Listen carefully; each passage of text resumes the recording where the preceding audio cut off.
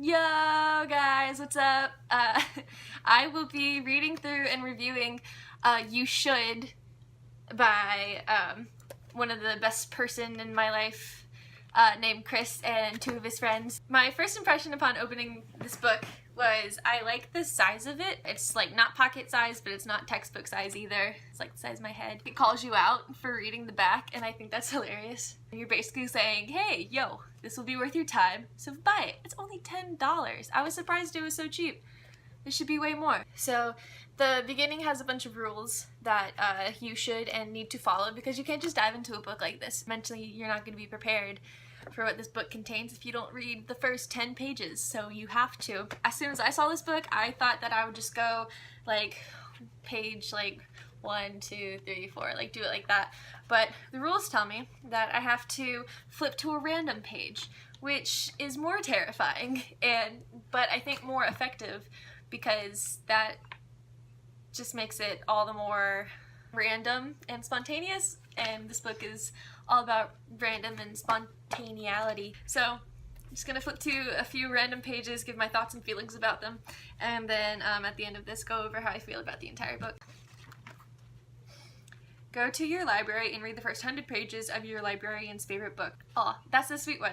First of all, because not a lot of people know that their town has a library, or if they do, they don't know where it is. So that's a good little Google search to happen. It makes you have to talk to the librarian and be like, hey, so what's your favorite book? And I'm sure like no one ever talks to her, has a conversation with her or him. No one ever asks them what their favorite book is, and I'm sure that they do have a favorite book, like everybody. That's funny. It says L-O-fucking-L. Some of these can be writing prompts, and then other ones are just random, like L-O-fucking-L.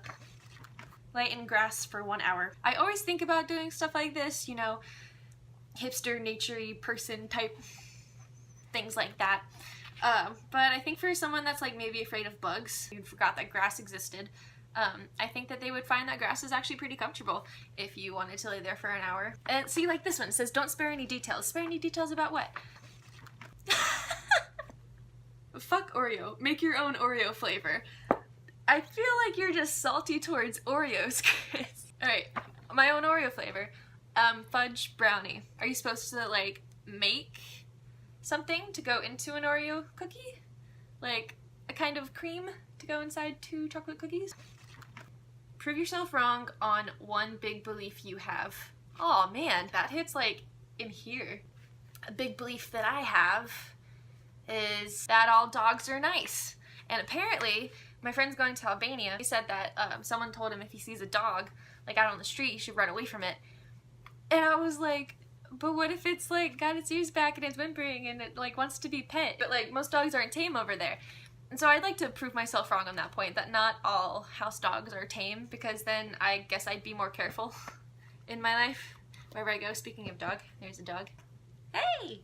Mwah. He's like, please put me down. So I guess this book is all up for interpretation about how you do it. As long as you do something, I'm pretty sure that that's the point of the entire book. Alright, so my overall feeling about this book is I think it is amazing for people who are shy, people who are bored. They should get this book. So they can do 100 weird and crazy things and have 100 weird and crazy stories to tell all their other bored complacent work friends. You could probably ask the person in the cubicle next to you, hey, would you like to go donate blood with me? And they'll be like, what? But yeah, it's a way to make friends. It's a way to express yourself. It's a way to try new things that you never thought that you would try ever in your life, because, you know, people always think about doing things that they've never done and then they can't think of anything. And then you flip to one of these pages and it's like, go into a coffee shop and do not leave until you've made one friend. People never think about doing that kind of stuff, but really it can make their life so much better. My 2 favorite things about this book is all the rules at the beginning and the disclaimer that you have to sign if you want to do any of these things. And also just the left pages. We can lead you to writer, but we can't make you ink. Apologies for the worst thing we've ever written. That is... I think I'll end the video on that one. Alright, bye guys.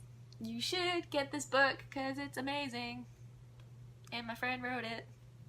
Alright, bye.